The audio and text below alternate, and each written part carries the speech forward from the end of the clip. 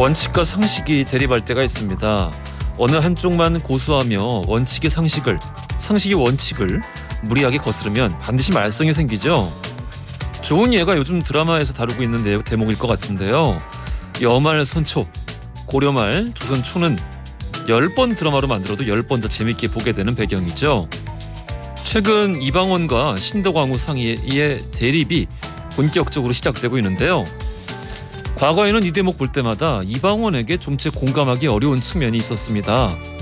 아니, 친모가 아니라는 이유만으로 저렇게 미워할 수 있는 걸까 싶어서요.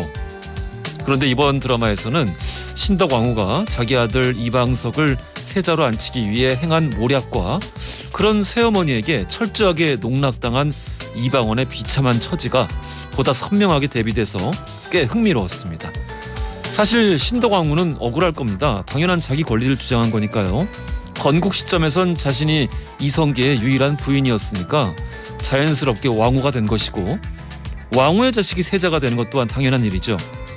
건국에 공이 있는 배다른 형이 위로 몇 명이 있든지 사실 아무 상관없는 겁니다. 하지만 당대 이들이 처한 현실과 상식은 그런 원칙과 거리가 있었죠. 태조와 신덕왕후가 신의왕후의 아들들에게 보인 처사는 상식을 매몰차게 저버리는 것이었습니다. 그들이 상식을 찍어 누리려 하지 말고 보다 융통성 있게 원칙을 행사하고자 했다면 훗날 피바람을 피할 수 있었을 겁니다.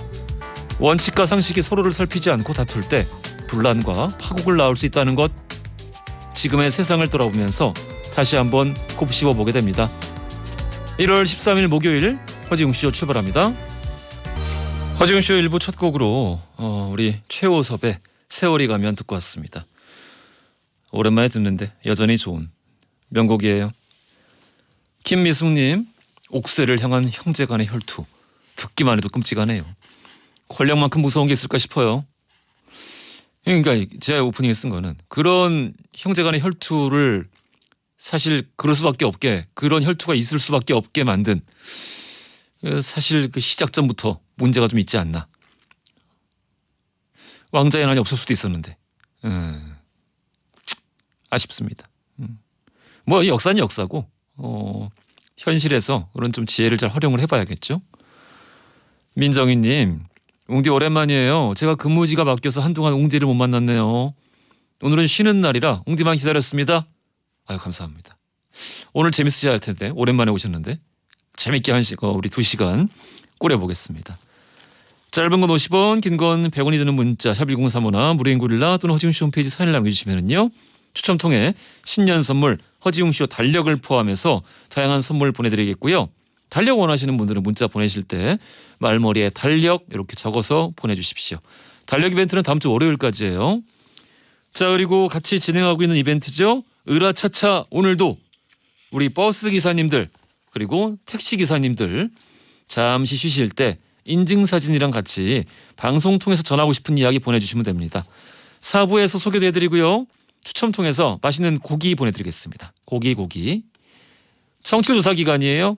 조사 기간에서 전화 받으시면은 저녁 6시에는 허지웅쇼 이렇게 또박또박 잘 말씀 부탁드리겠습니다.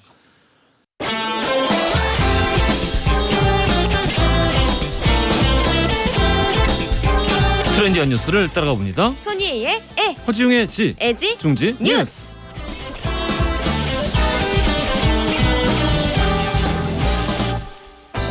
콘텐츠 크리에이터 손희애 씨 나오셨습니다. 안녕하십니까? 안녕하세요. 우리 신승민 님이 네. 희애님 마스크가 올해의 색입니다. 그래요? 올해의 색이 뭔데? 올해의 색이 핑크인가? 올해색 그 연보라색 그런 거 말씀하시는 것 같아요. 이게 지금 연보라인가요? 네. 올해의 색이 연보라였군요. 이게 몇 가지 색이 지정되잖아요. 몰라? 그건 누가 어떤 권위를 가지고 그런 거를? 그 색깔을. 팬톤에서? 네, 맞아요. 그래서 올해의 색 여기 딱. 팬톤에서 하는 거면 권위가 있군요. 네. 알겠습니다. 그래서 이거 좀 신경 쓰게. 왠지 딴지를 걸고 싶었는데. 딴지 안 돼요. 받지 않습니다. 알겠습니다. 자, 먹는 코로나19 치료제가 내일부터 처방이 된다고 합니다. 네, 맞아요. 오늘 오후 2시 34분에 인천국제공항에 도착을 했습니다. 팍스로비드? 네, 도착을 했어요. 도착을 했고 이 투약 대상이 정해져 있어요. 이 증상이 나타난 지 5일 이내에 중증으로 악화될 위험이 큰 유증상자로 65세 이상이나 면역 저하자 중에서 재택 치료를 받거나 생활치료센터에 입소해 계신 분들이 대상으로 이렇게 처방이 될 거예요. 네. 그리고 5일 동안 처방받게 되시거든요. 네. 그래서 아침, 저녁으로 드시게 되고 하루 한 번 드실 때 3알씩 먹기 때문에 총 30알을 복용할 예정입니다. 아예 중증 환자한테는 별 효과 없다고 하긴 하더라고요. 네. 그래서 애초에 되기 전인 분들에게 처방을 할 예정이라고 합니다. 그래요. 어떤 경과가 나타날지 한번 지켜보도록 하고요. 네. 첫 번째 헤드라인부터 들어가 보겠습니다. 오늘은 공교롭게도 두 소식 다 술에 대한 건데요. 네, 첫 번째 소식은 맥주 4캔 1만 원 사라진다입니다. 아, 맥주 4캔에 1만 원. 네. 편의점에서 파는 거. 이거 왜 사라집니까? 가격이 오르기 때문이죠. 이거 이런 좋은 거를 왜 없습니까? 아니 새해부터 제가 얼마 전에도 뭐 햄버거, 간장, 커피 안 오르는 게 없다고 소식 전해드린 적 있잖아요. 그러니까. 바로 그 가격 인상 대열에 맥주도 합류를 합니다. 아니 왜 이런 건 이렇게 빨리빨리 적용이 되는지. 안 좋은 거는 빨리 올라가고. 근데 원재료 가격 급등과 주류세 인상의 여파가 커서 이렇게 결정이 된 건데요. 사실 이 4캔의 10,000원은 직장인 퇴근길의 낙이었습니다. 그러니까요. 네. 근데 이 행사가 점점 그러니까 당장 다 없어지는 건 아닌데 점점 축소될 전망이라는 게 강하고요. 예를 들어서 수입 맥주 1위 업체인 H사는 이미 지난달 초 편의점 교차로에 이제 프로모션 가격 10,000원에서 11,000원으로 이미 올렸고요. 그리고 지난달 말에 오사가 수입하는 맥주들 역시 4캔에 11,000원으로 인상이 된 바가 있습니다. 1,000원씩 올렸군요, 그러니까. 네. 그래서 아직 국내 맥주들은 그대로 유지를 하고 있는데 네, 국내 맥주들도 올라갈 것 같아요. 그래요. 원재료 뭐가 올랐다는 거예요? 원재료인 메가 그리고 홉 가격도 올랐고요. 예. 이것뿐만 아니라 캔으로 맥주를 담잖아요. 예. 캔의 원료인 알루미늄의 가격까지 올랐어요. 근데 진짜 안 오른 게 없죠. 그래, 참 희한하네. 근데 여기다가 또 하나 겹쳐졌는데 바로 주류세입니다. 주류세가 인상을 앞두고 있어서 맥주 가격 여기서 그러니까 지금 올린 거에서 더 올릴 수 있다라는 얘기까지 나오거든요. 기획재정부가 지난 6일 맥주와 막걸리에 붙는 세금 인상 내용이 담긴 세법 개정 후속 시행령 개정안을 이미 발표를 했습니다. 예. 네, 이 개정안은 오는 4월부터 적용이 될 예정이고요. 1년간 맥주에 붙는 세금을 리터당 20.8원 그리고 탁주는 1원씩 이렇게 인상을 하도록 정해졌습니다. 네. 그러니까 퍼센테이지를 보면은 지난해보다 각각 2.49%, 2.38% 정도씩 오른 수치입니다. 근데 이게 중요한 포인트 하나 말씀드릴게. 예. 맥주와 탁주는요 현재 물가 연동형 종량세를 따르고 있어요. 그러니까 이게 무슨 말이냐? 쉽게 얘기해서 물가가 오르면 맥주와 탁주에 붙는 세금도 올라간다라는 얘기거든요. 예. 그래서 물가 상승폭이 전년보다 5배 커져서 맥주와 탁주에 붙는 세금도 올리겠다라는 거죠. 주세가 오르면은 사실 뭐 이거 뭐 술 만드는 회사들이 그거를 감당하겠습니까? 그렇죠. 전부 소비자가 그냥 다 지불하는 전가하죠. 거지. 맞아요. 아, 화가 납니다. 그래서 인상 방식을 바꿔야 된다는 얘기도 되게 강하게 나오고 있어요. 네. 왜냐하면 이 주세 인상은 서민 품목인 맥주와 막걸리 가격을 바로 올려버리기 때문에 방금 옹디가 얘기한 것처럼 이거는 서민 경제에 부담을 증가시키는 일이다. 그래서 이 맥주 그리고 맥주 막걸리에 부과되는 그런 주류세 네. 방식 자체를 바꾸자라는 이야기가 굉장히 강하게 나오고 있습니다. 방식을 바꾸자. 네. 엄정호님 1번 주류세. 아닙니다. 박금용님 3번 주류세. 아닙니다. 김송님님 3번 알루미늄. 아니야? 아니에요. 권태규님 2번 메가. 와 엄청 디테일하게 들어가시는데? 네. 예, 일단 주류세랑 메가는 아니라는 건가요? 아닙니다, 아닙니다. 아 그래요? 네. 홍정민님 3번 맥주. 알겠습니다. 아직까지는 없는 것 같아요. 아직 없습니다. 아, 알겠습니다. 다음 헤드라인 들어가 보죠. 두 번째 소식 올해도 이어지는 제로 열풍입니다. 제로? 네. 제로? 그 제로. 손으로 손가락 장난? 제로? 손바닥 대. 제로. 손목 대. 그거 말고. 예, 그거 말고. 예. 1, 2, 3, 4 할 때 그 제로. 없다 할 때 그 제로예요. 그러니까 지난해 주류 음료 시장을 이끌었던 키워드가 바로 제로.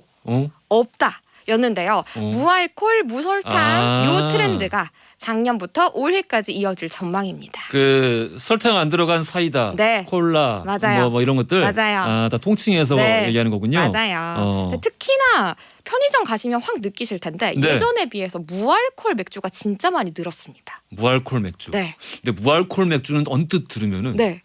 오, 되게 흑역모순 같이 느껴지지 않아요? 애초에 술은 취하려고 마시는 걸 텐데. 아, 그러면은 그렇긴 사실 하지. 맥주 자체의 맛이 막 무슨 뭐 달콤하다거나 아, 맞아요. 무슨 뭐 포도 주스 같이 뭐 맛있다거나 이래서 마시는 건 아니잖아요. 맞아요. 근데 무알콜 맥주.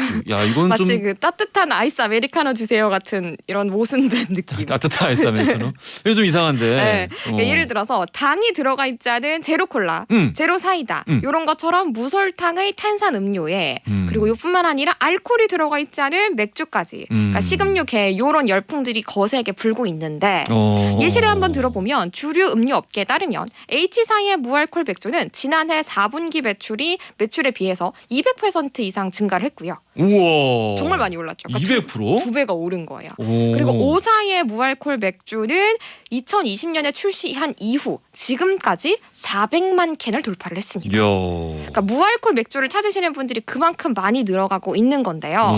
근데 사실 전체 국내 맥주 시장은 코로나19 이후에 20% 정도 감소를 했어요. 근데 그에 대조적으로 무알콜 맥주들은 상승을 하고 있으니까 희한하다. 그렇죠. 그래서 이 맥주 맛 음료가 시장에서 선방을 하고 있다라고 짚을 수가 있는 거죠. 그래요. 무알콜 맥주. 네. 근데 이상하지 않으세요? 무알콜 맥주가 선방하고 있다라고 표현하지 않았고 맥주 맛 음료가 선방하고 있다라고 표현했잖아요. 그러셨나요? 네. 그게 근데 원래 정확한 분류 아닌가요? 네, 맞아요. 맥주 맛 음료. 맞아요. 네, 맞아요. 근데 이게 의아하신 분 계실 것 같은데 신고를 아마 그런 식으로 신고를 해야 되는 걸로 알고 맞습니다. 있는데. 예. 그러니까 분류가 그렇게 되도록 법이 정해져 있어요. 예. 그러니까 우리가 이 세계적으로 다 그 주류 법이 다르잖아요. 근데 우리의 주세법에 따르면 요거는 무알콜 맥주는 식품 유형상 탄산 음료로 분류가 된대요. 탄산 음료인데 네. 맛이 맥주 맛. 그렇죠. 그래서 맥주 맛 초코파이 뭐 이런 건가요? 나 진짜 너무 무알콜 맥주 좀 잘 모르겠어요. 너무 모순이라고 생각하셔가지고. 안 먹어봐서 그런지. 근데 밖에서 PD님이 안 먹으면 안 먹었지 정말 맛이 이상하다라고. 아, 그래요? 네.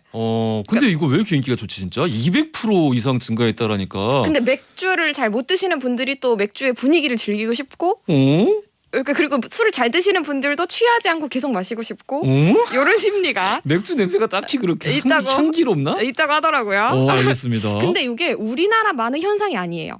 그러니까 일본도 그렇다고 하더라고요. 맞아요. 네. 그러니까 데이터를 보면은 현재 일본의 무알콜 맥주맛 음료 시장은 예. 8,500억 원 수준으로 이 일본 전체 맥주 시장의 4%에 달하고요. 네. 그리고 심지어 맥주의 본고장이라고 불리는 독일의 경우에는 이 무알콜 맥주 시장이 전체 맥주 시장의 8%나 달한다고. 상당하네요. 네. 기준이 어떻게 됩니까? 무알콜이면 진짜 알코올 1도 없는 건가요? 아니에요. 요게 좀 주의하셔야 되는 부분인데. 그렇지. 이거 운전하시기 전에 드시면 안 돼요. 이거 정말 주의하셔야 돼요. 예. 제가 딱 정확하게 짚어드리면 주세법이 나라마다 다 다른데 네. 한국의 주세법에 따르면 알코올 함유량 1% 미만은 성인용 음료에 해당이 돼요. 그래서 무알콜이라는 단어가 써져 있으면 네. 알코올이 단 한 방울도 안 들어가 있는 거고요. 근데 주의할 건 여기서부터예요.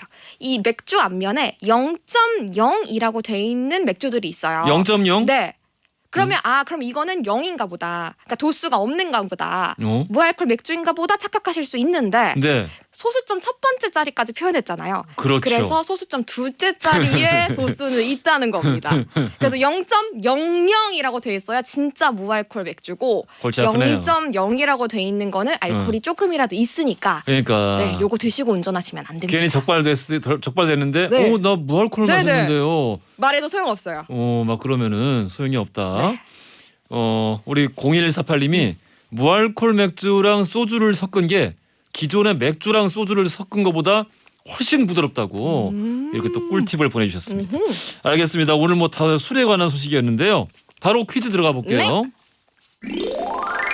오늘의 퀴즈, 작년과 올해 주류 시장을 이끄는 트렌드는 이것입니다. 무엇일까요? 1번 무알콜 맥주, 2번 전통주, 3번 폭탄주. 정답 아시는 분들 짧은 건 50원, 긴 건 100원이 드는 문자 샵 1035나 무료인 고릴라 보내주시면 당첨자 5분에게 커피 쿠폰 보내드리겠습니다. 오늘도 고생 많으셨습니다. 고맙습니다.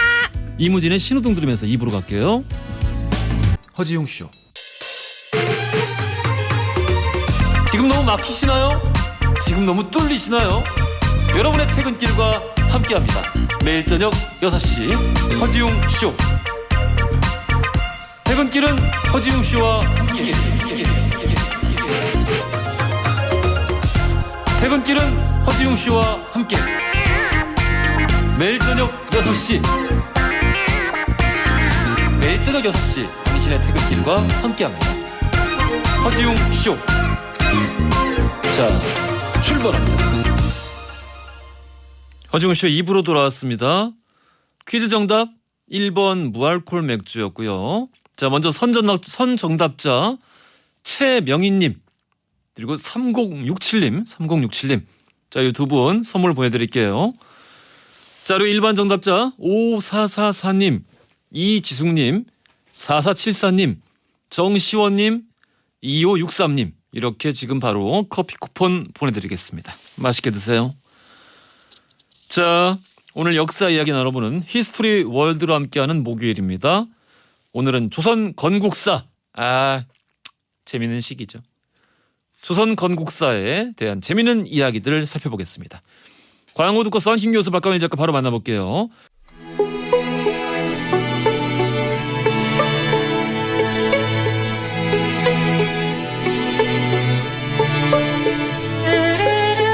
과거 속 역사를 통해 현재를 들여다봅니다. 히스토리 월드 역사여행 전문가 역사 귀요미 박광일 작가님 나오셨고요. 안녕하십니까? 안녕하세요, 박광일입니다.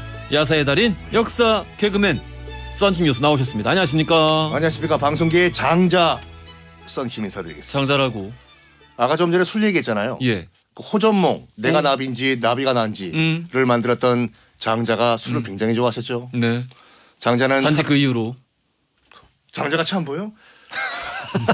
장자는 이런 말했습니다. 술을 먹었을 때 가장 우리 정신이 온전한 상태다. 야, 진짜 비과학적이다. 이런 분들 위험합니다. 요즘 같은 시대는 더욱더 위험한 거죠. 우리 과학적으로 사고하는 방법 꼭 필요하지 않나. 이승철님이 오늘 조선 쪽 이야기하면은 썬킴 교수님은 가만히 계시는 건가요?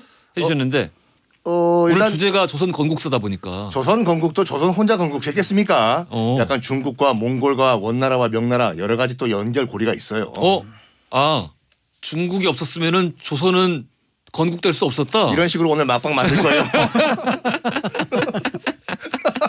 아니 근데 이 조선 여말선초 이 시점이 몇 번을 드라마로 만들어도 매번 히트칠 만큼 진짜 많은 사람들이 사랑하는 시기이기도 합니다. 그만큼 드라마틱한 장면들이 많은 시기이기도 하고요. 그렇죠. 그래서 실제로 이제 고려 말 조선 건국이라고 하는 굉장히 단순한 뭐 어떤 사건으로 생각을 하면은 그냥 뭐 한 나라가 망하고 한 나라가 건국했다라고 얘기하지만 그 안에서 펼쳐졌던 어쩌면은 이때 그래서 굉장히 어떻게 보면은 이성계로 볼 때는 위기를 계속해서 극복해나고 그렇죠. 또 고려로 볼 때는 좀 운이 나쁜 케이스가 계속 반복되는 그런 것들이 있는데 문제는 그 운을 이제 실제 어떤 결과로 만들어내는 건 인간의 의지거든요. 그러니까 그 의지의 장면들을 찾아본다면은 이 조선 건국은 굉장히 재밌지 않을까라는 생각이 드는데요. 예. 한편으로는 모두 스포가 되어 있는데 이 내용이 다 누설되어 있잖아요.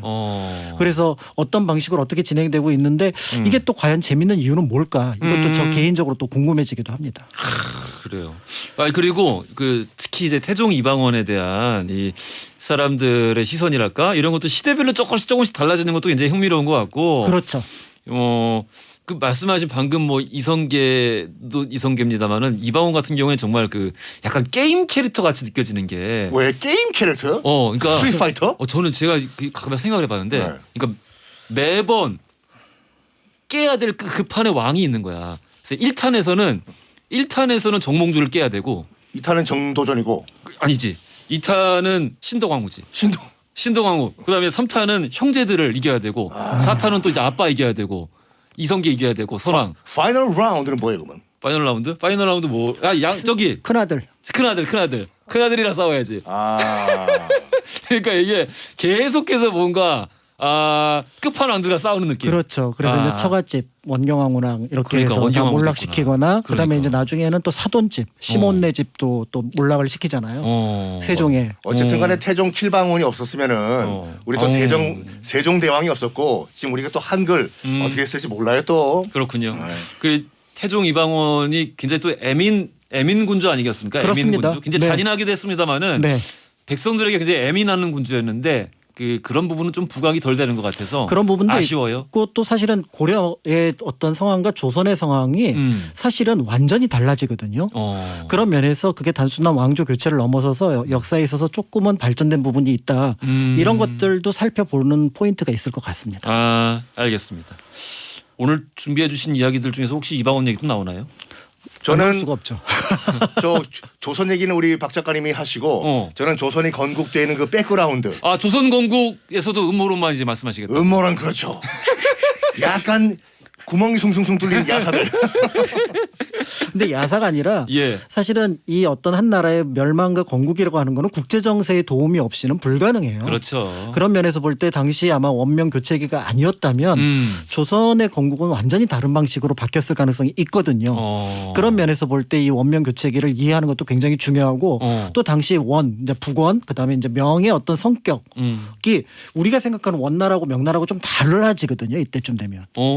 보통 우리가 명나라 하면은 조선시대 내내 좀 평화롭게 지냈던 나라. 뭐 아무래도 그렇죠. 그다음에 원하면 원간섭 이런 모습이었지만 이 공민왕에서 우왕대의 어떤 원명이라고 하는 거는 전혀 다른 성격을 보여준다는 면에서 이제 그런 면에서 이제 조선의 권력자들이 볼 때는 여기에 대처하는 방식들이 각각 다른 해법이 나올 수밖에 없는 거고 그 해법 속에서 뜻밖의 혼란과 뜻밖의 어떤 결론 이런 것들이 나오게 되는 거죠. 참 고려라는 하나의 왕조가 이렇게 허무하게 저 갑자기 그 다음에 떠오르네요. 뭐요? 그 용의 눈물이었나? 이성계가 등극하는 날 왕으로 등극하는 날 갑자기 머릿속에서 그 태조 왕건이 반드시 벌 받을 거다. 너희는 벌 받을 것이다. 이 말이 다 들려오는 거야. 지금 막 K본부에서 하고 있는 이방원이 굉장히 의미가 있어요. 왜냐하면 그 수많은 사극 중에 유일하게 처음으로 거의 최수종 씨가 안 나와요. 그렇구나. 메아리로 나올 수도 있어요. 뭐요? 메아리로 태조 이방원 된다. 우리 저기 뭐야? 해상신이나 뭐 이런 장면으로 태조 왕건으로 목소리 찬조 출연. 왜냐하면 이제 우왕하고 청왕이 나중에 이제 죽게 될 때 이제 왕씨가 아니다. 그러니까. 그랬더니 무슨 말이냐? 우리는 왕씨 집안이기 때문에 특정한 몸에 비밀이 있다. 이런 야사가 전해지고 있거든요. 맞습니다. 이제 이런 얘기들을 하면은 이제 거기에 이제 백그라운드로 출연할 수도 있겠죠. 왕씨가 아니라는 게 너희들 저기 신돈 아들이지 그 얘기죠? 반야의 아들이냐. 알겠습니다. 네. 자, 재밌는 시기예요. 이 시기 참. 이거 할 정말, 얘기 너무 많습니다. 네. 자, 어디부터 가볼까요? 오늘은 먼저 가시죠. 그러면 네. 전주이시잖아요. 전주이십니다. 전주이시면은 아따 방울아 그러지 마라 쓰고 이렇게 나가야 되는데 그러네 전주니까. 방화이 응? 동시라이 너희들 어디 갔었네? 왜 원산냉면 안 먹네? 방송을 많이 하시는 분이 저렇게 볼륨 조절을 못해서야. 지금 그래서 멀리 얘기하잖아요. 지금. 너무 크게 얘기하잖아 지금. 아니 감독님과 제가 사인이 있어가지고. 청취자분들 너무 깜짝 놀랐겠는데. 갑자기 아니 그러니까 전주이 씨가 왜 갑자기 함경도 사투리를 쓰게 됐나? 그거부터 들어가야 돼 우리가요. 그리고 굉장히 이제 그 여진 문화도 많이 받아들이지 않았나요? 그러니까 예. 여진 플러스 몽골 문화까지. 예. 세종대왕께서 예. 자기의 선조 6명의 왕들의 업적을 쓴 용비어천가. 용비어천가 보면 육룡이 나르샤. 육룡이 나르샤. 물론 SBS도 나르샤가 방송을 하고 있지만 육룡이 전에 무척 재밌었죠. 그렇죠. 예. 육룡이 나르샤의 6마리 용이 누구인가? 물론 뭐 이 세종대왕 입장에서 봤을 땐 바로 아버지인 태종 이방원부터 시작해서 쭉 6명이 올라가요. 선조들. 맨 꼭대기에 있는 왕이 목조 이안사란 사람이에요. 목조 이안사.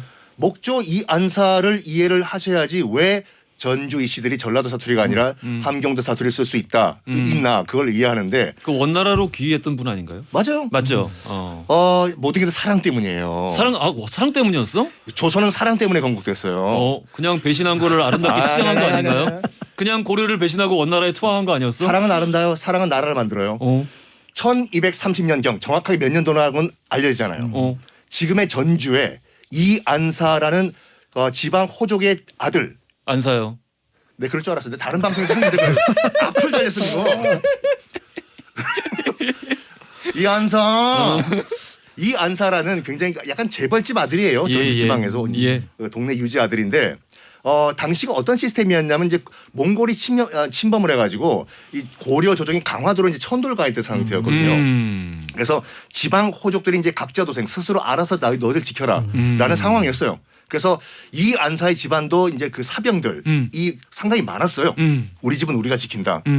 그런데 그때 어떤 시스템이 있냐면 그 산성 방호 별감이라고 해가지고 참 그 당시 고려 조정이 약간 찌질했던 게 뭐냐면 일단 나라를 버리고 조정이 강화도로 도망갔잖아요. 그러니까요. 그런데도 불구하고 세금을 걷기 위해 가지고 산성 방호 별감이란 사람 예를 들어 그냥 우리로 치면 계엄 사령관 정도의 그 군인을 각 지방에 보내요. 가서 세금 좀 가져오라고. 그래서 강화도에서 나온 한 명의 산성 방호 별감이 그 지금의 전주 지방에 내려와요. 내려와 가지고 어떤 일이 벌어지냐. 이한사가 사랑을 했던 관기를 또 사랑해. 관계를. 삼각관계가 돼버려요. 아. 그러니까 지금 우리의 그 성인지 감수성으로 보면 말도 안 되지만 그 당시에 관기 이제 관청 소속 기생은 국가 재산이잖아요. 이 산성 방어 별감이 뭐라고 얘기했냐면 이한사 새파랗게 젊은 놈이 어떻게 나라 재산을 뭐 자기가 이렇게 마음대로 하냐. 그래가지고 이 관기는 내 사랑이다. 약간 사랑 싸움을 벌여요. 이한사와 산성 방어 별감이. 그때 이한사가 이 조선왕조실록에는 둘이 말다툼이 있었다. 딱 한 줄밖에 없는데. 말다툼이 있었다. 그냥 치고받고 싸웠겠죠. 아. 그 산성 방어 별감은 왜 어린 놈이? 라고 했는데 집안에 사병이 있잖아요. 사병이. 마음대로 어떻게 할 수가 없어요. 그래가지고 당시에 이 전라도에 지금 뭐 전라도 지사격인 안념사가 있거든요. 그러니까 도지사한테 연락을 때린 거예요. 뚜루뚜루 도지사님 지금 전주에서요. 새파랗게 젊은 20대 이한사라는 친구가 여차 2차 3차 3차 해가지고 저를 열받게 했습니다. 군대 좀 보내십시오. 야 여자 때문에 군대까지 보내달라. 그래서 안념사가 그러니까 전라도 도지사가 군대를 보내요. 예. 그걸 딱 본 이한사가 강화도에서 온 이 산성 방어 별감 정도는 내가 어떻게 커버가 되는데 군대까지는 도 차원에서 군이 내려오면은 난 감당이 안 된다. 그러니까 미국으로 따지면 주방위군이 내려온 거예요. 그렇죠. 그러니까 예. 그래서 튀자 결정이 내는데 당시 이한사의 처가가 강원도 삼척이었어요. 그래서 일단 삼척으로 잠깐만요. 가자. 이한사의 처가요? 네. 이한사 유부남이에요? 유부남이었어요. 이거 안사 안 되겠네. 연락 한번 해볼까요? 안사 그러니까 유부남인데 지금 러브를 관기랑 한 거예요? 아침 드라마예요. 네. 문제가 있네요. 안사요. 알겠어요. 사지 마세요. 예. 그래가지고 그 170호 가구와 함께 삼척으로 갔다고 해요. 예. 한 가구당 4명 잡아도 170호니까 한 뭐 1000명 되지 않습니까? 예. 그만큼 카리스마가 있었어요. 삼척으로 갔어. 그 삼척으로 갔는데 그 당시에 이제 왜구들이 삼척을 들어와 가지고 노략질을 많이 했다고 해요. 근데 이한사가 데리고 갔던 사병들이 나름대로 이제 왜구를 퇴치를 해줬나 봐. 그래서 카리스마가 인정받았어요. 예. 그래, 나 이한사는 이제 전주를 떠나서 여기 강원도 사투리 어떻게 하죠? 애들했어요. 알았어요. 난 여기서 앞으로 살더래요. 이렇게 된 거예요. 그런데 이게 무슨 운명의 장난인가? 운명의 장난이다. 아까 싸웠던 그 산성 방어 별감 있지 않습니까? 그 인간이 강원도의 안념사, 강원도 도지사로 또 뚱따당 부임해 오네. 이런. 이건 운명의 장난이다. 이한사가 짐 싸라. 우리는 저 변방으로 가자. 북소리 한번 치자. 아예 가자. 그래서 배 타고 쭉 북쪽으로 올라가가지고 지금 고려와 당시의 원나라 경계 지역인 지금의 원산, 함흥 이쪽에 도착을 해요. 말이 거기가 이 고려 땅이지. 예. 거의 이제 원나라와 여진족이 실질적으로 지배하던 땅이었어요. 그러니까요. 여기 오면은 못 잡겠지. 여기 정착을 하자. 정착을 했는데 당시 이제 원나라 그 당시 고 지역을 통솔하는 장수가 와가지고 얘기를 해요. 여기 내 구역인데 너 왜 들어왔니? 만약에 이한사 세력을 때려 부쉈으면은 세력이 굉장히 약했다는 뜻이에요. 근데 이 몽골 장수가 뭐라 그랬냐면 우리 몽골에게 투항하라. 그러면은 벼슬을 주겠다. 탐이 날 만큼의 세력이었나 보네. 그만큼 이한사 세력이 막강했다는 거예요. 협상을 하자 정도가. 여기서 이한사가 고민을 해요.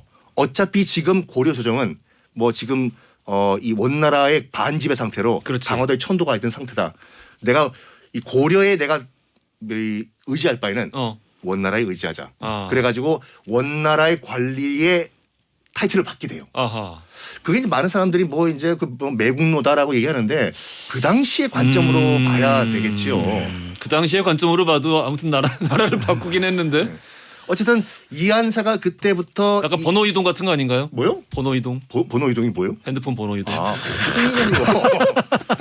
그래서 그때 이한사가 이제 원나라의 관리의 타이틀을 얻게 되면서부터 맞습니다. 쭉 이성계의 아버지 이자춘까지 원나라의 관리로 살아가죠. 그리고 꽤 잘 나갔더라고요. 보니까. 잘 그렇죠. 예, 네. 잘 살고. 이런 논란이 있다니까요. 그럼 과연 이성계와 이성계의 아버지 이자춘은 고려 말을 했을까? 고려 말을 했을까? 말을 해야 하지 않았을까요? 우리 보통 교포 3세 4세만 되더라도 예. Father, 저녁 ready 이렇게 What's up 하잖아요. 하긴 뭐 한 3개월 있어도 말투가 바뀌어서 오는데. 어학연수 3개월 갔다 오면 한글 다 잊어버려요. 경험자죠, 경험자. 근데 이제 그때 분위기가 보통 이제 변경 지역에 있는 사람들은 여러 말을 하는 분위기였어요. 왜냐하면 이제 그때 이제 토관이라 그래갖고 여진족한테도 벼슬을 주고 또 여진족은 또 고려에서 벼슬을 해야 되니까 어떻게든지 고려어를 배우고 이런 상황이었기 때문에 그런 분위기라고 한다 그러면 아마 익숙하진 않더라도 이제 고려 말에 대한 의사소통은 가능하지 않을까. 그런 면에서 나중에 이제 이자춘이 고려로 귀의를 하는 것들이 가능해졌고 그 아들이었던 이성계가 이제 고려 조정에서 처음에는 조금 어렵게 시작을 했지만 그래도 이제 어떤 명성을 쌓아가는 기반이 되지 않았을까 그렇게 보기는 합니다. 그래요. 어쨌든 이성계는 고려인이라기보다 원나라 땅에서 원나라 관리의 아들로서 태어났다. 어쨌든 이 안사가 1230년 경에 전주를 떠나가지고 지금 함경도로 갔기 때문에 동실화이 이렇게 함경도 사투리를 쓰게 됐다. 그래서 말투가 그렇다. 그렇다. 우리 이런 얘기도 있어요. 제가 어디서 주워 들었는데 그 책 읽다가 왜 이방원이 이제 1차 왕자의 난이 되는 그 갈등의 씨앗이 결국에는 막내가 세자가 되었기 때문이잖아요. 그렇죠. 근데 거기에 이제 저는 이제 이성적 오늘 오프닝에도 썼는데 논리적으로 생각을 하면은 어차피 건국할 시점에서의 부인이 생존한 부인이 한 명이었고 그 부인이 왕비가 되는 게 당연하고 그 왕비의 아들이 세자가 되는 게 당연하다라고 저는 생각을 하는데 근데 요런 것도 있더라고요. 여진족이 말자 상속이 있잖아요. 네. 그게 아무래도 여진 문화에 익숙해서 이성계 가문에서 그런 결정을 처음에 한 게 아니었을까? 그렇게 보기도 하는데. 그래요? 근데 사실은 근데 그 가능성은 굉장히 낮아요. 근데 학계에서 이야기는 있나요? 아니요, 거의 없는 것 같아요. 그래요? 네, 쓸데없는 책을 읽었군요. 제가. 왜냐하면 이제 말자 상속이라고 하는 부분들은 일종의 분가를 해나가는 계통이고 사실은 후계를 세우는 부분에서는 일종의 선거를 합니다. 그래서 몽골 같은 경우 쿠릴타이라고 해가지고 일종의 이제 중위를 모으게 되거든요. 그거는 몽골도 비슷하고 여진도 비슷하거든요. 그런데 이제 그 당시 아까 그 오프닝에서 얘기하셨던 것처럼 가장 중요한 이슈는 뭐냐면 지금 왕비가 누구냐. 그렇지. 그러니까 신의왕후 같은 경우는 조선 건국 전에 돌아가셨거든요. 맞아요. 그러니까 그분을 왕비로 나중에 추존은 하지만 현재 왕비가 있는데 그 왕비의 아들. 그런데 이제 문제는 방번이 영 신통치 못했기 때문에 그렇지. 만약에 방번이 됐으면 오히려 또 문제가 덜했을 수 있는데 이 방번을 아무리 봐도 왔다 갔다 하거든요. 방번. 그러니까 나중에 방번이 삐져갖고 사실은 1차 왕자의 난 때도 도망가지도 않고 태종을 찾아오잖아요. 그러니까 오히려 편을 그렇죠. 저기 이방원한테도 들고 혹시 나한테 뭔가 몫이 떨어질까 이렇게 오기도 했었거든요. 이방원이 물어봤대잖아요. 방번아, 너 내 편으로 올 거냐 저쪽으로 갈 거냐. 그리고 방번은 심지어 부인이 고려 왕실 쪽이라서 그렇죠. 왕을 승계하기에는 좀 적법하지 않죠. 그래서 이제 결국은 이제 방석을 선택을 했기 때문에 사실은 이제 약간 장자상속이라는 원칙을 적용을 해야 됨에도 근데 이제 방번이 제외가 된 그런 상황이라고 봐야 될 것 같습니다. 알겠습니다. 재밌어. 이 시기 재밌습니다. 계속 이렇게 리바이벌해도 재밌는 얘기예요. 그러니까. 자, 오늘 조선 건국사 얘기하고 있는데요. 여기서 돌발 퀴즈 드리겠습니다. 우리나라 마지막 왕조였습니다. 조선의 건국 연도는 과연 몇 년일까요? 보기 드립니다. 1번 392년, 2번 1392년, 3번 1910년. 와우. 힌트. 요즘 경유값이랑 비슷합니다. 경유값 경기도죠. 서울은 더 비싸요. 그러니까요. 서울은 콜럼버스가 신대륙을 발견한 그 해예요. 그러니까 이제 1492원이고. 그 뭐야 그 고정된 값이었어? 1492원이 이제 하니까. 서울이고 경기도는 여기서 이제 100 빼면 돼요. 149에서 100을 빼면 된다고요. 149위는 경기도 서울이고. 알겠습니다. 자, 정답 아시는 분들 짧은 건 50원, 긴 건 100원이 드는 문자 샵 1035나 무료인구라 보내주시면 추첨 통해 선물 보내드리겠습니다. 김미숙 님이요. 요즘 진짜 남편 수입 빼고 다 오르네요. 업타운에 올라올라 신청합니다 해주셨거든요. 이거 들으면서 3부로 갈게요. 허지용 쇼.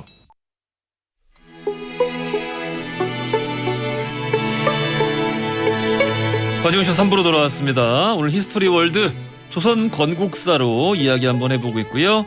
자, 히스토리 월드는 팟캐스트로도 들을 수 있습니다. 시간 되실 때 편한 방법으로 재미있게 들어주시면 되겠습니다. 우리 안사요 얘기까지 들었어요. 네. 안사요, 원나라로 간 안사요님.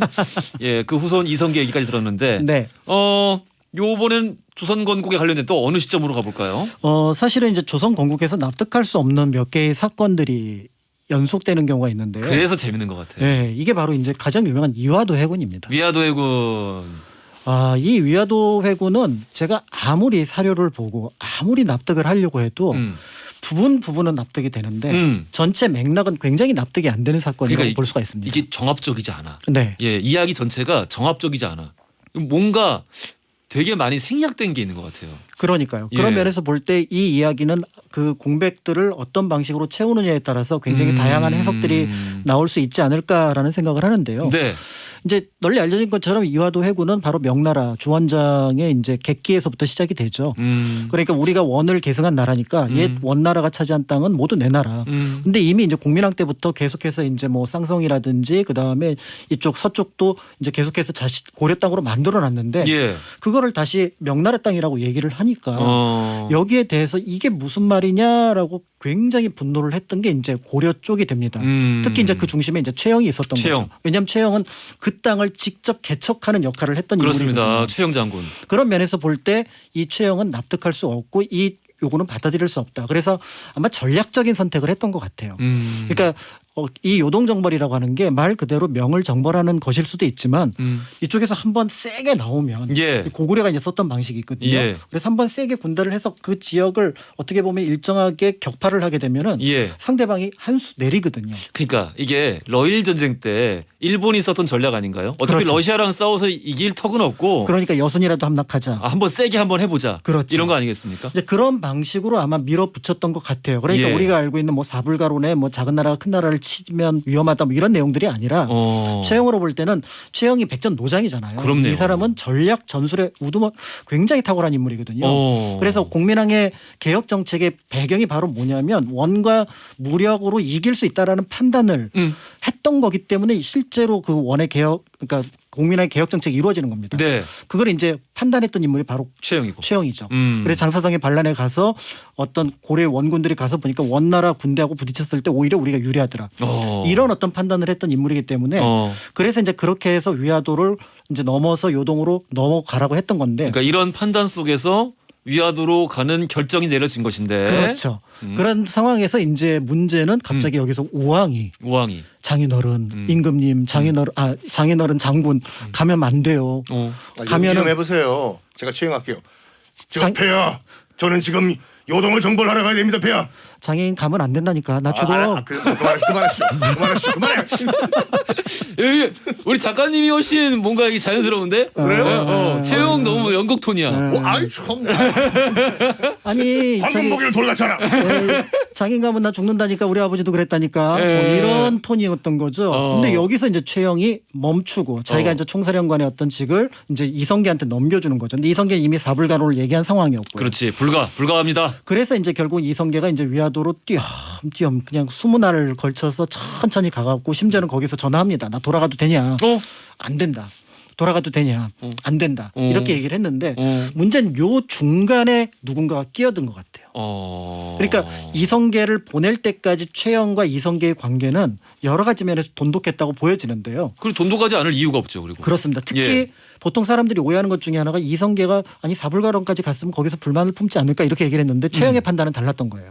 왜냐하면 그때 명나라가 요구했던 게 쌍성이거든요. 쌍성. 이게 누구 땅입니까? 이거 자기 아버지가 들고 고려로 들어온 땅이에요. 그래요, 맞아요. 아까 우리 이야기 나왔던. 그렇죠. 그럼 원나라에서 예. 애써서 지금 고려로 줬는데 예. 그거를 명나라에서 달라고 하는 거예요. 예. 그러면 최영이 볼 때 제일 열받는 사람은 이성계라고 봤다. 이성계 가문인 거죠. 그러니까 이성계가 이 상황에 대해서 저렇게 불만을 얘기를 하지만 그 현장 가서 그 반란이나 그렇지. 이런 것들은 생각을 안 할 거라고 해서 평양에서 잘 갔다 와라까지 얘기를 했던 걸로 보여집니다.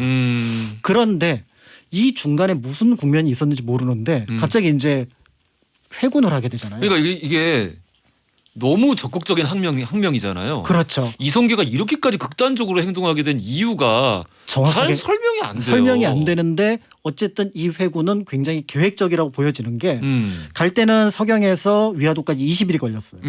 근데 위화도에서 개경으로 돌아오는데 10일밖에 안 걸립니다. 그러니까 굉장히 속도전을 했다라는 걸 볼 수가 있는 거고요. 심지어는 병력을 배치할 때 최영이 막을 곳이 서쪽, 개경의 서쪽에 주력이 있다고 판단하고 동쪽에서는 허장성세를 펼칩니다. 그러면서 최영, 그러니까 그 당시 이제 이성계는 한 3만 8천 정도의 병력을 가지고 있었고 최영은 한 1만 정도의 병력이 있었는데 사실은 최영으로서는 충분히 해볼 만하다고 봤던 거죠. 왜냐하면 수비 쪽이고 이성계는 공격 쪽이니까. 그런 면에서 볼 때 굉장히 전략 전술을 잘 짠 상황이었는데 특히 두 번째 회군을 하겠다고 통보를 했을 때 그때 사람을 보내서 뭘 확인을 했냐면 고려 개성의 주력군이 외구 방어로 빠집니다. 사불가론 중에 하나가 외구가 쳐들어올지 모른다 했잖아요. 요 틈을 틈타서. 그래서 최영이 일부 군대를 주력군을 빼내서 외구를 토벌하는데 보내니까 그게 딱 빈 걸 확인하고 그때 회군을 하는 거거든요. 근데 최영은 또 그 순간에 왜 그런 판단을 했을까? 이제 이성계를 믿었기 때문에. 설마 회군까지 할진 몰랐겠지. 그렇죠. 너무 극단적인 그러니까 행동이야. 이 상황에서 이제 우리가 알고 있는 뭔가 납득하지 못하는 어떤, 그러니까 사실은 최영의 행동을 납득하지 못하는 게 아니라 이성계 회군에 그 20일 사이에 뭐가 있었을까? 이성계 20일 동안 네. 외계인한테 납치가 돼서. 그래서 사실 이제 거기에 이제 상대도 안 했죠. 상대도 안 했죠. 정도전을 포함한 이제 사대부 쪽에서 볼 때 이제 뭐 혁명 세력들이 볼 때 여기에 뭔가 정보를 주고 움직이게 하지 않았나라는 생각을 하게 되는데요. 아무튼 이 부분은 조금 더 연구가 되어야 되고. 정도전이 다 컨트롤했어요. 정도전이. 정도전이 신진 사대부들이 그러니까 이성계가 약간 뭐랄까 바지 사장이라는 얘기도 있다니까요. 근데 어찌됐든 군권을 장악하고 있는데 뭐 이제 뭐 이 시점은 최영이 있으니까 장악까지는 아니겠습니다만은. 그러니까 항명을 하더라도 이 회군은 진짜 이 상황에서 너무 극단적인 방식이잖아요. 이건 그렇죠. 항명 정도가 아니라 우왕이 보냈기 때문에 역적이 되는 거예요. 역적이 되는 거고 사실 이거는 뭐 역사 속에서 우리 그 카이사르가 그렇죠. 카이사르가 로마로 진격할 때 루비콘 강이죠. 루비콘 강을 건너는 그런 순간과 많이 비견이 되기도 하는데 사실 근데 이 경우는 좀 다르죠. 왜냐면은 카이사르 같은 경우는 정말 이제 밖에서 그 점령을 하고 전적을 세우고 돌아오는 길이었고 이성계는 안 싸우고 돌아오는 거잖아요. 그렇죠. 이 뭔가 이유가 더 있을 텐데 설명이 안 된다는 거. 그렇습니다. 그래서 이 부분은 향후에 이제 조금 더 연구가 돼야 될 것 같은데. 근데 이제 오히려 그 다음 상황들은 조금 설명이 되는 부분들이 많이 있습니다. 대표적으로 이제 우리가 알고 있는 정몽주가 왜 혼자서 이성계 집에 가서 마지막에 이방원의 어떤 그 습격을 예측하지 못했을까? 너무 안이한 거 아닐까? 이런 판단을 하는 분들이 있어요. 근데 사실은 이때 정몽주는 굉장히 공세 쪽에 있었고 이성계가 오히려 수세 쪽에 있었기 때문에 정상적인 이성계의 여러 가지 여태까지 활동으로 본다 그러면 정몽주를 절대 공격하지 못할 거다라는 판단을 하게 되는데요. 사실은 1391년부터 92년 이 건국 직전의 상황이 굉장히 빠르게 돌아갑니다. 대표적인 게 우리가 보통 고려에서 조선으로 넘어간다라고 얘기를 할 때 국가가 바뀐다고 하지만 사실은 건국 세력들은 뭘 해야 되냐면 동맹 세력을 포섭을 해야 되거든요. 네. 그게 제일 좋은 게 뭐냐면 돈이에요. 돈. 그러니까 권문세족의 땅을 다 뺏어서 토지 개혁을 하는 겁니다. 그래서 사대부들한테 나눠주고 농민들한테 나눠주는 거죠. 이게 우리가 알고 있는 과전법입니다. 그러니까 과전법이 어려운 게 아니에요. 그래서 18과로 나누어서 관리들을 쭉 해서 군인까지 준다예요. 원래 농민까지 주려고 했는데 경기도 땅으로 한정을 하다 보니까 결국은 관리호들이나 아니면 군인들에게만 주게 됐는데 이렇게 함으로써 어마어마한 어떤 세력을 얻게 되고요. 네. 사실은 1391년에 이 토지 문서를 개경해서 불태울 때 공양왕은 막 울었다라는 기록이 고려사에 남아 있습니다. 공양왕으로서 자기 땅도 없어지니까. 너무 슬픈 왕이에요. 즉위할 때도 나 왕 되기 그러니까. 싫다고 울고 올라가고 관심 없어요. 내려올 나 왕 안 때도 해. 내려올 때 나 왕 하기 싫었다고 하잖아. 울고 내려오고. 안 그래 뭐라 그랬어. 하기 안 한다 그랬잖아. 그래서 이제 우리가 알고 있는 것처럼 공양왕이 1391년 이후로는 어떤 의미에서 보면은 이제 힘을 다 잃었고 그러니까. 이제 죽을 때만 기다린다라고 생각을 하는데 한 두 번 정도 반항하다가 다 꺾이잖아요. 그런데 이제 뜻밖의 공양왕의 역습. 역습. 여기서 네, 역습. 바로 이제 정몽주가 등장을 하면서 뒤집기. 공양왕의 역습이 일어나는 거죠. 그 예. 첫 번째 역습이 바로 뭐냐면 자기 세자를 명나라로 보냅니다. 그렇습니다.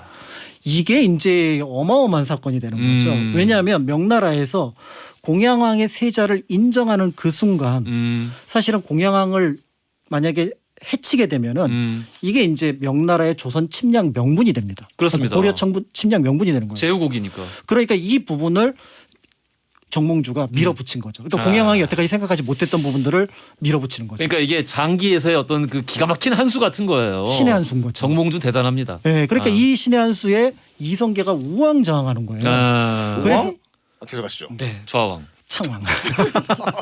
공양왕. 그래서 정말 당황을 했는지 하지 말아야 될 행동을 하는데 바로 뭐냐면 심지어는 그 세자가 돌아온다는 환영을 나가게 되는 거죠. 맞아. 근데 여기서 뜻밖의 또 다쳐요. 말에서 떨어지죠. 그러니까 우리가 알고 있는 이 정몽주가 이 정도전을 포함해서 이성계 세력 모두를 포박하고 공양왕한테 얘기합니다. 죽여라 정몽주. 정도전을 죽여라. 근데 여기서 공양왕이 머뭇거려. 죽이는 것까지는 조금 무리가 아닐까 이렇게 생각을 하면서 그러니까 굉장히 유약한 왕이에요. 그런 거죠. 예. 그러니까 이제 정몽주가 여기서 너무 답답해가지고 이성계가 이제 병난도에서 이제 요양을 하다가 이 요양을 하고 있었는데 이제 방언이 연락을 하죠. 아버지 큰일 났다. 지금 정몽주 포원공이 움직이는 거 보니까 지금 장난이 아니다. 빨리 집으로 와라. 그러니까 이성계가 집으로 가는 순간 정몽주가 여태까지 구축해 놓은 공양왕과 만들어 놓은 모든 구도가 무너지는 거예요. 그렇지. 그러니까 정몽주 급한 겁니다. 가자. 근데 어차피 여기 사람이 수천이 있는데 내가 몇십 명, 몇백 명 데려가는 게 의미가 없는 거예요. 차라리 백주 대낮에 나를 죽인다면 이거는 후세의 길이 남을 오명이 될 텐데 이성계가 그러니까 이성계를 믿은 거지. 그럴 행동을 하는 건 아니다. 인물은 아니다라고 판단했던 거고. 하지만 세상은 상식을 깨는 인물이 늘 등장하기 마련입니다. 그렇죠. 여기서 이제 뜻밖의 정몽주 계산에 없었던 인물이 등장을 해서 갑자기 이런들 어떨까 저런들 어떨까 뭐 이러면서 이 몸이 죽고 주고 하면서 이제 문답을 하고 나서 우리가 알고 있는 선주교회. 그러니까 당시 이제 선지교였는데 선지교의 어떤 피습이 이루어지게 되는 거고요. 그러니까 이게 참 백주대낮이라는 게 중요한 것 같아요. 그렇죠. 백주대낮이 아니라 밤에 몰래 정몽주를 암살했으면은 이성계가 그렇게까지 이방원을 질책하고 너 앞으로 너 내 아들 아니야 이렇게까지는 안 했을 것 같아요. 근데 사실은 이 사건을 벌일 때 이방원이 굉장히 정치적으로 움직이죠. 바로 뭐냐면 아버지한테 갑니다. 저 정몽주 죽여야겠는데요. 그랬더니 이 녀석이 하면서 막 화를 냈잖아요. 어떻게 지금 조정의 대신을 죽이느냐. 나는 못하고 허락할 수 없다. 그랬더니 이제 또 그 이진환을 포함해서 그 수많은 사병들한테 가서 내가 아버지한테 갔는데 아버지가 안 된대. 어떡하지? 어떡하지? 뭐 어떡해요? 그럼 죽여야지. 뭐 이러면서 사람들한테 얘기를 다 해버린 거예요. 그러니까 그리고 왕자들은 다 행동을 하지 못하고 그렇죠. 그냥 뭐 안절부절 못하고 있고 이방원이 혼자 행동에 나선 건데. 그렇죠. 이성계도 사실 정몽주를 꺾어야 한다는 건 알고는 있었을 거예요. 근데 사람들 눈이 무서운 거지. 그렇습니다. 안 그래도 사람들 눈이 무서운 상황인데 자기 아들이 백주 대낮에 죽여버렸으니까 그게 문제가 되는 거지. 누가 누굴 욕을 하겠어요? 고려 백성들이. 그러니까. 그러니까 백주 대낮에 선주교가 지금으로서 보면 종로 항복판이에요. 그러니까요. 여기서 미리 다 예고를 한 거 아니야. 내가 정몽주를 죽인다. 그리고 백주 대낮에 종로 일가에서 철퇴를 날린 거예요. 광고 다 때리고 막 기호 일간지 광고 다 냈어. 나 오늘 낮 12시에 그러니까 선주교에서. 그래서 물론 때려 죽인 거는 뭐 이방원이지만 조선 고려 백성들은 저 봐라 이성계 드디어 아들까지 이용해서 이렇게 권력에 미쳤네. 그러니까 안 그래도 여론에 엄청 예민한 양반인데 그것 때문에 완전 꼭지가 나간 거예요. 그러니까 이 드라마를 보면은 처음으로 아들한테 격분하는 게 그 장면이에요. 뭐 예전에 영의 눈물 같은 경우에도 처음으로 어이 방어이 네 어디 그랬었네. 뭐 칼 집어 던지고. 그러니까 정몽주를 내가 설득하라고 했지 언제 죽이라고 했냐고. 근데 이왕 일은 벌어진 거잖아요. 정몽주는 죽었어요. 그러니까 결국 이렇게 되니까 이제 그 공양왕을 중심으로 한 이 세력은 저쪽이 한낮 대낮에 대신을 철퇴로 때려 죽이잖아요. 그렇습니다. 그러면은 이게 더 이상 버티는 게 위험하다. 그래서 이제 공양왕이 동맹하자고 왕과 신하가 동맹. 이시중 우리 동맹합시다 이시중. 이게 예전부터 내려오는 아주 좋은 법이네라고 얘기를 하면서 동맹을 하려고 할 정도로 결국은 이제 이쪽에서 더 이상 방법이 없다라는 거를 백기를 투항을 하게 되고 석 달 뒤에 우리가 알고 있는 새로운 임금으로 아하. 이성계가 올라가죠. 야, 근데 참 어때요, 성희 선생님 어떻게 생각하십니까? 그 이방원이란다. 우리 이제 이성계가 나라를 세우고 태조로 즉위를 하면서 즉위식에 신이 왕후의 아들들을 안 불러요. 아니 그러니까 신이 왕후의 아들들 안 부르는 건 둘째치고 굉장히 애매하게 말이 역성혁명이지 이게 혁명인지 아니면 뭐 왕위를 얻은 건지 즉위 과정이 아니 이왕이면 내가 나라를 건설하겠다 그러면은 바로 옥새를 갖고 내가 왕이다 이래야 되는데 참 일단 그 대비한테 이제 공양왕을 패한 다음에 그 교지를 들고 와요. 들고 와가지고 이제 이성계가 이제 집에 있는데 뭐 이제 자기 일파들이 와가지고 문을 두드려. 정도전이 가져왔잖아. 정도전이 문 여시오 대감 이성계 대감 이제 왕이 되시오. 문을 안 열어요. 그게 아마 그 1392년 7월 16일일 거야 아마. 사람들 보라 그러는 거지 뭐. 그러니까 문 여시오 안 열어. 결국에는 문을 부십시다 여러분. 우지끈 문을 부수고 들어가요. 이게 너무 그러니까 무슨 정치적인 행사인 거야. 그러니까. 꼴보기 싫어 이런 걸. 그리고 또 옆에 옥새를 딱 이렇게 마루에 놓으니까 이걸 어떡하나 강제로 떠밀려가지고. 그러니까 너무 싫어. 너무 싫어. 볼까? 그러니까 결국 지금까지 나라 세우 그왕 하려고 여기까지 온 건데. 바로 그 다음 날에 7월 17일 날 이제 그 새 왕이 즉위를 해요. 그러니까 고려의 마지막 왕이에요. 고려의 마지막 왕이자 조선의 첫 왕인데. 서서 조례를 해요. 이 옥좌에 앉지도 않아. 그리고 출퇴근을 해요. 맞아요. 그리고 또 참 이게 어떻게 보면은 옥좌에 앉지 않은 거 이유도 설명을 해주셔야죠. 왜냐면 아직까지 민심이 그렇지. 내가 사람들이 뭐라고 하겠어. 결국엔 저렇게 하기 위해서 정몽주, 최영 다 때려주겠구나. 요걸 할 거니까 나는 아직까지는 여기 앉지 않겠다. 모든 사람들의 마음을 얻기 전까지는 저기 앉을 수 없다. 그리고 정말 그 이성계가 어떻게 보면은 정말 그 자주적인 어떻게 보면 그런 이 인물인가라고 느낀 게 뭐냐면 한상질이라는 인물을 이제 나라 이름을 국호로 새로 지어야 되는데 그 한상질이라는 인물을 이제 명나라 주원장한테 보내요. 저기요. 아니 조선 하고 싶으면 우리나라 조선이라고 하면 되지. 명나라에 가요. 주원장한테. 니하오. 我是 한상질. 1번 화령. 화령은 그 이성계의 고향이에요. 2번 조선. 폐하께서 보시고 골라 주십시오. 그거를 국호로 하겠습니다. 만약에 홍무제가 주원장이 1번 너희들 화령해라 그러면 우린 지금 그냥 화령이 된 거예요. 500년 동안. 일본한테 어차피 망했겠지 뭐. 왜? 그러니까 다행인데 2번 조선은 이제 국호로 정해져 가지고 다른 걸 떠나 가지고 자기가 혁명을 일으켰으면 뭐 지금까지 무슨 뭐 욕세를 안 받고 그냥 둘째치고 나라의 국호를 왜 명나라 황제한테 정해달라고 하냐고. 그거야 뭐. 그건 좀 시대적인 한계도 있을 수 있고. 제후국으로서의 위치가 또 그런 거기도 하고 슬픈 일인데. 그렇죠. 그래서 이제 그런 부분들을 염두에 둔다 그러면 조선의 건국이라고 하는 부분들이 여러 면에서 조금은 독특한 부분들도 좀 찾아볼 필요가 있다고 생각이 드는 게요. 사실 그러니까 저는 그 위화도 해군이 어떻게 보면은 고려와 조선의 유일한 전쟁이라고 봅니다. 고려와 조선 사이에 전쟁이 있었다. 네. 근데 사실은 그때 그 조선이 건국되지는 않거든요. 그렇죠. 근데 보통 우리가 알고 있는 이제 뭐 신라에서 고려로 이제 왕조가 넘어올 때는 어마어마한 전쟁을 벌여요. 그래서 막 적대국 상대국의 왕이 항복을 하고 뭐 신라 왕이 와서 스스로 항복을 하고 견훤이 뭐 탈출해서 항복하고 이런 일이 벌어지는데 스펙타클하죠.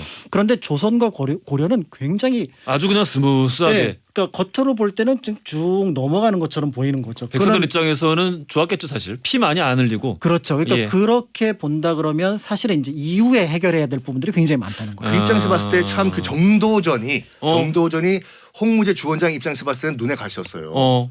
요동정벌을 하자. 그러니까 최영과 우왕의 요동정벌은 어떻게 보면 욱해서 가는 그 요동정벌일 수도 있겠지만 정도전이 구상을 했던 요동정벌은 굉장히 구체적인 전략 전쟁이었거든요. 그러니까 플랜이 있는 거야. 그러니까 그 전에 거는 뭐 쟤들 뭐 좀 얘기를 하고 뭐 괘씸하긴 한데 쟤들 아무 대책 없어. 그러니까 괜찮아? 이런 건데. 홍무제 입장에서 봤을 때는 그 이모 씨라고 했대요. 이성계 보고 이모 씨가 신화를 참 잘못 썼다. 아, 이모 씨라고요? 정모 씨. 아니 그러니까 이모 씨가 씨. 정말 신화를 잘못 썼다. 그 당시에도 이모 씨란 표현을 하는구나. 모자가 썼어요. 네, 모자가 실록에 가끔 등장을 해요. 예를 들어서 1762년 이모년을 정조는 전부 다 모년이래요. 모년. 그래가지고 모년. 우리가 알고 있는 그 표전문 사건 등등으로 해가지고 주원장이 이제 시비 건 거죠. 어이 너 정도전 빨리 들어오라고 하라고. 가겠냐고. 가면 죽지. 가면 죽지요. 근데 이렇게 지금 정도전 문제 가지고 이 조선과 또 홍무제 사이에 갈등을 하고 있는 이런 상황에서 이성계가 뭐라고 했냐면 이 상황을 해결할 수 있는 것은 킬방원. 너 하나밖에 없다. 아들. 네가 가서 해결하고 와라. 그래서 명나라 주원장을 만나게 해요. 근데 무슨 일이 있었는지는 아무 기록이 없어요. 단지 한 일국의 왕세자 대접을 받고 왔다. 이런 기록이 있는데 그런 다음에 바로 정도전이 죽었거든요. 그걸 봤을 때는 약간 모종의 딜이 있지 않았나.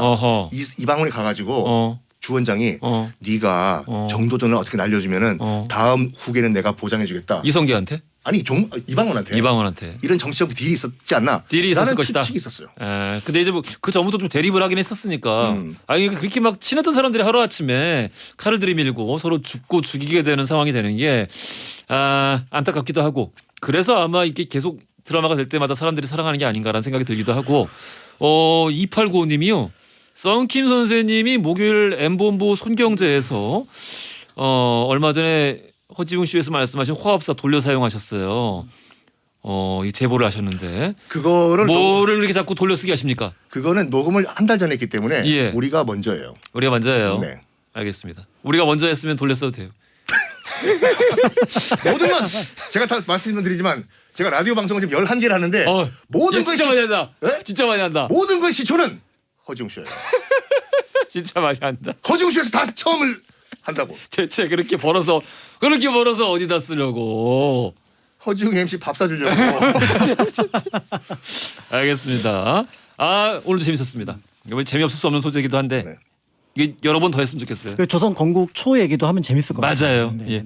자, 돌발 퀴즈 정답 2번 1392년이었고요. 오늘 조선 건국사에 대한 이야기 살펴봤습니다. 지금까지 박건일 작가, 썬킴 교수였습니다. 감사합니다. 감사합니다. 네, 감사합니다. 허지웅 쇼.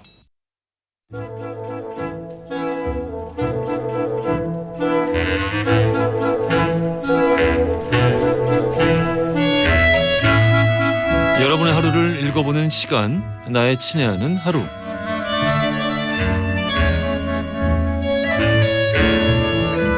자, 오늘도 밤이 다 됐어요. 무슨 일들 있으셨습니까?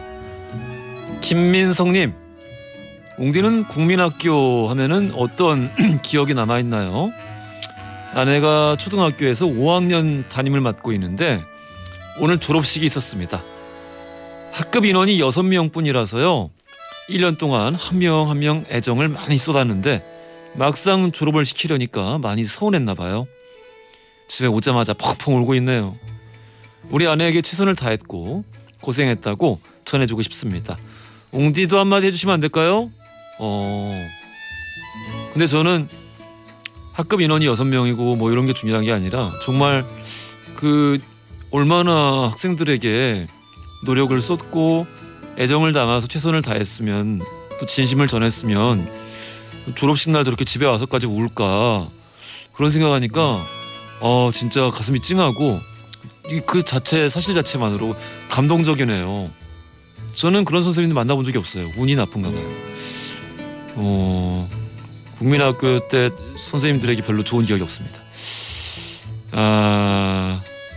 그래요. 초등학교 5학년 담임이신데 앞으로도 우리 학생들 한 명 한 명에게 이렇게 애정을 좀 쏟아주십사 부탁드리고 또 지난 1년 너무 고생하셨다고 좀 전해주십시오. 선물 보내드릴게요. 5044님, 웅디님 딸기하우스에서 딸기 선별 작업하면서 듣고 있습니다. 이거 뭐 겨울에만 부업을 하고 있는데요. 사장님께서 6시만 되면은 허지웅 쇼를 눈 빠지게 기다리세요. 남해에서 항상 응원하고 있다고 꼭 전해달라고 하시네요. 프로그램 덕 번창하세요 해주셨습니다. 진짜요. 딸기 맛있죠. 사장님께도 고맙다고 좀 전해주시고요. 달력을 원하시네요. 달력 선물 보내드리겠습니다. 이정희님, 시장에 가려고 하는데요. 신랑이 날씨가 꽤 춥다면서 자기 패딩을 입혀주는 거예요. 시장 가는 길에 옷에서 신랑 냄새가 솔솔 나고 참 좋네요. 주머니에 10,000원 넣어놨다고 어묵 써먹으라고 문자도 왔습니다. 오랜만에 느껴보는 이 설렘, 콩닥콩닥거리고 참 좋네요. 그래요. 많이 좋으시겠습니다. 옷에서 신랑 냄새 나면 좋습니까? 안 좋을 것 같은데. 질투나서 한마디 해봤습니다. 뭔가 행복에 겨워서. 부럽다. 8471님이 청해주신 김필의 그때 그 아인, 그리고 최수진님이 청해주신 보보의 늦은 후에 두 곡 듣고 올게요. 이번 주 이 시간에는 기사님들을 위한 새 원기 충전 이벤트 으라차차 오늘도 진행하고 있습니다. 우리 택시 기사님들, 또 우리 버스 기사님들, 잠시 쉬실 때 인증사진과 함께 방송 통해서 전하고 싶은 이야기 문자로 보내주십시오. 추첨 통해서 맛있는 고기 선물로 보내드리겠습니다. 5651님, 웅디님, 저는 광역버스 운전기사예요. 항상 청취만 하다가 저도 선물 당첨에 도전을 해봅니다. 바쁘고 힘든 퇴근 시간에 허지웅 쇼가 정말 큰 위로와 힘이 되고 있습니다.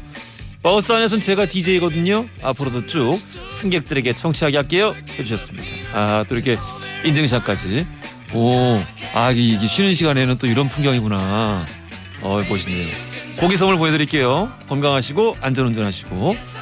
7869님, 노원구에서 12년째 승객들을 모시고 있는 최 기사입니다. 고3 아들이요, 허지웅쇼 들으라고 얘기를 해줘서 듣게 됐는데요. 듣다 보니까 아들이 왜 추천을 해줬는지 이유를 알게 됐습니다. 육회 상쾌 통쾌, 딱 제 스타일이에요. 앞으로도 열심히 안전에 최선을 다해서 승객들 모시겠습니다 하면서 또 이렇게 쉬는 시간에 또 사진 찍어서 보내주셨네요. 감사합니다. 고기 선물 보내드릴게요. 4614님, 경기도 남부에서 70번 버스 운행하고 있는 기사입니다. 남편이 사업을 실패하고요, 가정경제를 일으키고자 전업주부에서 버스기사로 다시 태어났습니다. 처음에는 버스기사 일이 많이 어색하고 힘들었지만요, 동료분들이 잘 도와주셔서 열심히 달리고 있습니다 하면서 또 이렇게 우리 인증샷 보내주셨는데, 어이구, 야, 안 힘드세요? 너무, 야, 멋집니다. 진짜 멋져요. 앞으로도 안전하고 또 건강하게 운행 잘 하셨으면 좋겠습니다. 진짜 멋있다. 감자탕 선물로 보내드릴게요. 김효조님이요, 오늘 이상하게 되는 일 하나도 없었는데 노래로 위로를 받고 싶어요. 구피의 다 잘 될 거야 신청합니다 해주셨거든요. 듣고 올게요. 자, 내일은 선곡 배틀쇼 난세의 가능으로 함께 하니까요, 기대 많이 해주시고. 오늘의 엔딩송 나연옥님이에요. 버스 타고 가는데요, 버스에서 허지웅쇼 나와서 너무 반가워요. 기사님이랑 취향이 통했나봐요. 오늘 엔딩송으로 조성모의 가시나무 신청해요 해주셨거든요. 자, 이거 들으시면서 저는 내일 저녁 6시 5분에 다시 찾아뵙겠습니다. 지금까지 허지웅이었습니다.